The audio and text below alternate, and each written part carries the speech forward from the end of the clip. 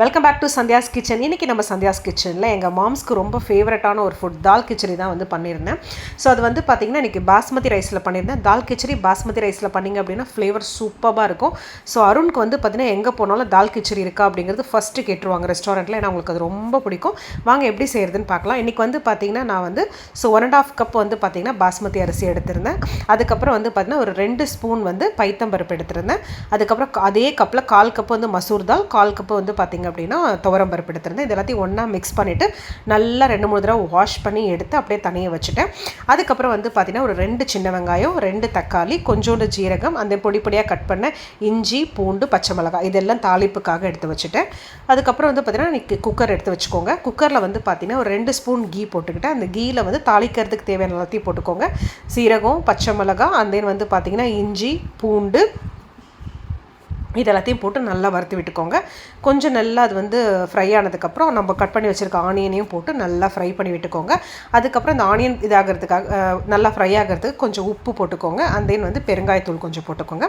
திரும்பி நல்லா வதக்கி விடுங்க. அப்புறம் அந்த கட் பண்ணி வச்சுருக்க தக்காளியை போட்டு நல்லா வதக்கி விட்டுக்கோங்க. அதுக்கப்புறம் இதுக்கு தேவையான மசாலாஸ் எல்லாம் ஆட் பண்ணிக்கோங்க. மஞ்சத்தூள், அந்த வந்து பார்த்தீங்கன்னா மிளகாய் பொடி, இன்றைக்கி நான் காரம் ரொம்ப கம்மியாக போடுறேன் கிட்ஸ் சாப்பிட்றதால, ஜீரகத்தூள், கொரியண்டர் பவுடர் இது எல்லாத்தையும் போட்டு நல்லா கலந்து விட்டுட்டு கொஞ்சம் பச்சை வாடை போனதுக்கப்புறம் வாஷ் பண்ணி வச்சுருக்க அந்த அரிசியை எடுத்து வந்து இதில் போட்டுக்கோங்க.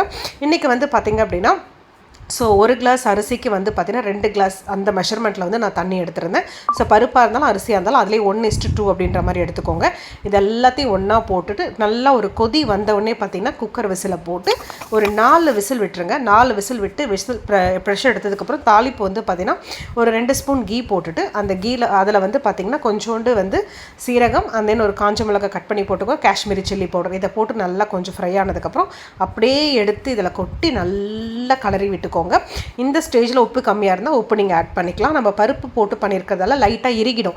அப்போ நீங்கள் கவலைப்பட வேண்டியதில்லை. சுடுதண்ணியை நல்லா காய வச்சு கொஞ்சம் லைட்டாக போட்டு மிக்ஸ் பண்ணிட்டீங்கன்னா திரும்பவும் சூப்பராக வந்துடும். ஸோ இந்த தால் கிச்சடி பண்ணி பாருங்கள். கண்டிப்பாக உங்கள் வீட்டில் எல்லாருக்கும் ரொம்ப ரொம்ப ரொம்ப ஃபேவரட்டான ஒரு டிஷ்ஷாக இதாகிடும். ரொம்ப குயிக்காக பண்ணிடலாம். ஸோ மேக்ஸிமம் வந்து 20 to 25 மினிட்ஸில் பண்ணிடலாம். ஸோ நான் இப்போ தான் வந்து ஒரு 20 மினிட்ஸ்லேயே இதை கம்ப்ளீட் பண்ணி முடிச்சுட்டேன். அவ்வளோ டேஸ்டியாக இருக்கும். முக்கியமாக கிட்ஸ் வந்து பார்த்திங்கன்னா விரும்பி சாப்பிடுவாங்க. அதுக்கும் இது வந்து அல்டிமேட்டான ஒரு சைட் டிஷ் என்ன தெரியுமா? பிக்கல் வச்சு சாப்பிட்ணும். அப்படிலாம் சூப்பரான ஒரு பப்பட் வச்சு சாப்பிட்டிங்க அப்படின்னா சாப்பிட்டுட்டே இருக்கலாம் அப்படின்ற மாதிரி இருக்கும். அதுவும் சூடாக சாப்பிடும்போது இது மாதிரி ஒரு டிஷ் இல்லவே இல்லை அப்படின்ற மாதிரி தோணும் வச்சுக்கோங்களேன். அவ்வளோ அருமையாக சூப்பராக டேஸ்டியாக இருக்கும். இது பாஸ்மதியில் தான் பண்ணணுமா அப்படின்னு கேட்டிங்கன்னா அதில் பண்ணிங்க அப்படின்னா ஃப்ளேவர் செம்மையாக இருக்குங்க.